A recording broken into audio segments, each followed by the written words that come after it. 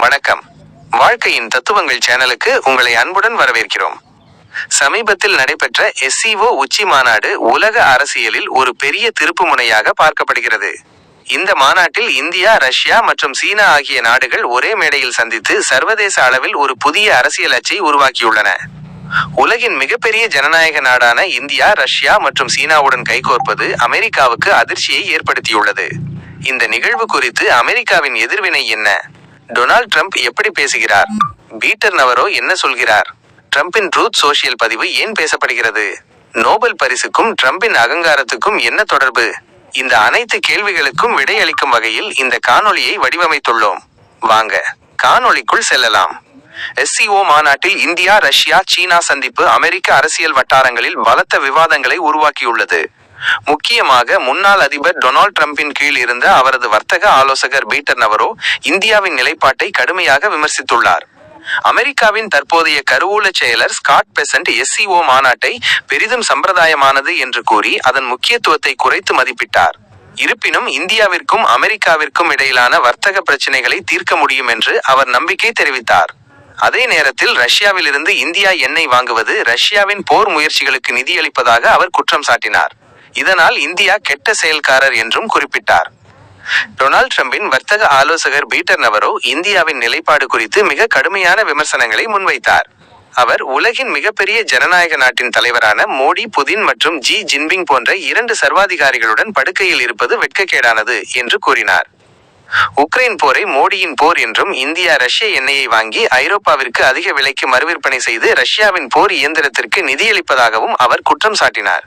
மேலும் இந்தியாவிற்கும் சீனாவிற்கும் இடையிலான வரலாற்று பிரச்சினைகளை சுட்டிக்காட்டி இந்த இரு நாடுகளுடனும் இந்தியா நெருங்குவது சரியானதல்ல என்று எச்சரித்தார். SCO மாநாடு நடைபெற்ற அதே நேரத்தில் டொனால்ட் ட்ரம்ப் தனது ட்ரூத் சோஷியல் சமூக வலைதளத்தில் ஒரு பதிவை வெளியிட்டார். அதில் அமெரிக்காவுக்கும் இந்தியாவுக்கும் இடையிலான வர்த்தக உறவை ஒரு ஒருதலைபட்சமான பேரழிவு என்று அவர் விவரித்தார். இந்தியா அமெரிக்க பொருட்களுக்கு அதிக வரி விதிப்பதாகவும், ஆனால் அமெரிக்காவுக்கு இந்தியா அதிக பொருட்களை விற்பதாகவும் அவர் குற்றம் சாட்டினார். மேலும் இந்தியா ரஷ்யாவிடமிருந்து அதிக எண்ணெய் மற்றும் இராணுவ பொருட்களை வாங்குவதையும் அவர் விமர்சித்தார். அமெரிக்காவின் இந்த எதிர்மறை கருத்துக்கள் இந்தியா ரஷ்யா உறவை மேலும் பலப்படுத்தவே வழிவகுத்துள்ளது. சமீபத்தில் இந்தியா ரஷ்யாவிடமிருந்து வாங்கும் எண்ணெயின் அளவு கணிசமாக அதிகரித்துள்ளது. இரு நாடுகளும் 2030க்குள் இருதரப்பு வர்த்தகத்தை $100 பில்லியன் உயர்த்த இலக்கு நிர்ணயித்துள்ளன. இந்த மாநாட்டில் மோடியும் புதினனும் கவச காரில் சேர்ந்து பயணித்தது இரு நாடுகளுக்கிடையிலான நெருக்கமான உறவை உலகிற்கு உணர்த்தும் ஒரு அடையாளமாக பார்க்கப்படுகிறது. இந்தியா, ரஷ்யா, சீனா கூட்டணிக்கு அமெரிக்கா ஏன் கவலைப்படுகிறது? ட்ரம்பின் நோக்கம் என்ன? ட்ரம்பின் மூலோபாயம் 1972 இல் நிக்சன் மேற்கொண்ட ராஜதந்திரத்திற்கு நேர்மாறானது. அப்போது நிக்சன் சீனாவை அணுகி ரஷ்யாவை தனிமைப்படுத்தினார். ஆனால் ட்ரம்பின் கடுமையான வர்த்தக போர் மற்றும் வரி விதிப்பு நடவடிக்கைகள் இந்தியா, சீனா மற்றும் ரஷ்யாவை ஒன்றிணைத்துவிட்டன. இந்த கூட்டணி ட்ரம்பின் ராஜதந்திரத்தை தவிடுபொடியாக்கி விட்டது. இதனால் அவர் மோடியுடன் தொலைபேசியில் பேச வாய்ப்பு உள்ளது. ஆனால் அவரது வர்த்தக போர் மனப்பான்மை இந்தியா அமெரிக்கா உறவுக்கு பின்னடைவை ஏற்படுத்தலாம். டொனால்ட் ட்ரம்ப் நோபல் அமைதி பரிசை வெல்ல வேண்டும் என்பதில் அதிக ஆர்வம் கொண்டவர். முன்னாள் பிரதமர் ஷின்சோ அபே உட்பட பல உலக தலைவர்கள் தன்னை நோபல் பரிசுக்கு பரிந்துரைத்ததாக அவர் பலமுறை கூறியுள்ளார். பாரக் ஒபாமாவுக்கு மிக எளிதாக நோபல் பரிசு கிடைத்தது போல் தனக்கு கிடைக்கவில்லை என்று அவர் தொடர்ந்து வருத்தப்படுகிறார். உக்ரைன் போரை முடிவுக்கு கொண்டு வருவதற்கான அவரது முயற்சி கூட நோபல் பரிசுக்கான ஒரு வழியாக பார்க்கப்படுகிறது.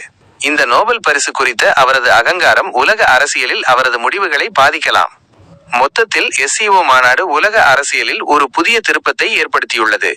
இந்தியா, ரஷ்யா, சீனா ஆகியவை அமெரிக்காவின் வர்த்தக கொள்கைக்கு எதிராக ஒரு பொதுவான நிலைப்பாட்டை எடுத்துள்ளன.